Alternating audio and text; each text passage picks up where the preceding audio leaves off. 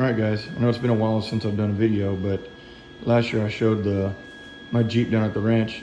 So I'm building a high rack. Well, the high rack we already had at the ranch.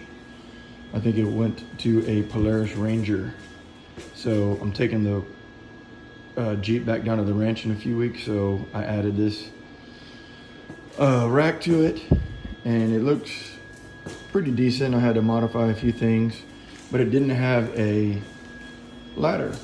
So I'm building it, and yeah, it may not look like it's totally square, but I'm not a fabricator, so if you guys want to give me a hard time about it, go ahead. But I added some of this, so molding's not the best, but it'll stick, it'll hold. So I'm gonna show you the before, and I will show you the after.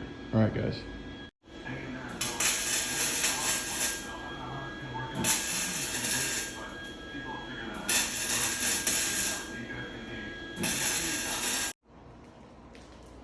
All right, guys, so this is what I got so far. I'm gonna work on some more this evening. I'm gonna cap this stuff right here. But my wife was saying she didn't think I need to have the ladder that low, but I figured some of my dad's buddies are kind of old, and it's kind of close to that tire. It's probably a couple inches, but as I stand on it, it really doesn't flex all that much. So I think I should be good. I put in these supports right here. I got to grind all this stuff. I've had quite a few gaps I had to fill, so it still looks ugly, but granted, I was doing all these cuts with a grinder with a cutting wheel, so I didn't have a chop saw. And I know this is obviously different right here, but it came out pretty decent so far. I'll keep you posted.